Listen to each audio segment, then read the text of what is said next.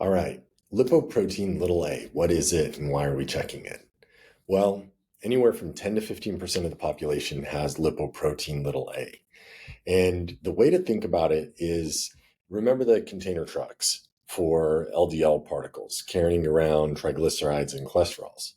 Well, think of the lipoprotein little a. It's like a little trailer that's hooked on to these LDL trucks. And this little trailer is not wanted. This little trailer causes problems and it makes it so that you're more likely to have accidents, more likely to have a heart attack. And by itself, it raises your risk. And it raises the affinity of cholesterol to go into your blood vessels and to cause clots. LP little a is genetic in nature, and currently there are a few things that we can use to help lower that risk. One drug that you can use is a PCSK9 inhibitor. Those are injectable drugs usually used to lower your ApoB, but it also does lower LP little a by maybe about 30%.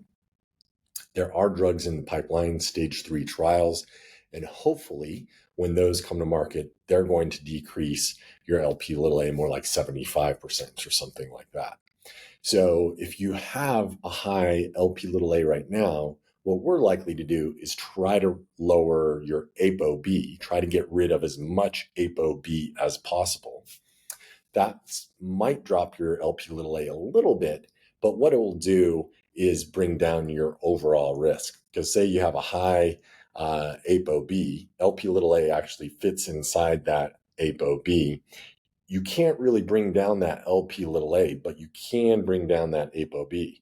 Where if you were to add those two things together, it'd be like this. If you drop the ApoB, at least the LP little a doesn't increase your risk more. So bringing down the ApoB is really going to be the strategy we're going to use in the short term. And in the longer term, we'll use those drugs when they come out and help you lower your LP little a.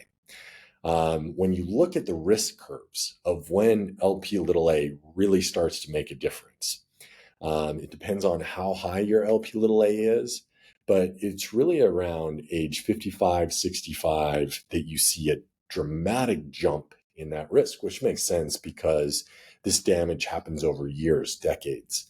And so it makes a dramatic jump and really doubles your risk of having a heart attack or a stroke due to atherosclerosis or plaques in your veins. So that's why we really care about LP little a. That's why we screen everybody for LP little a. And that's why it's part of our baseline.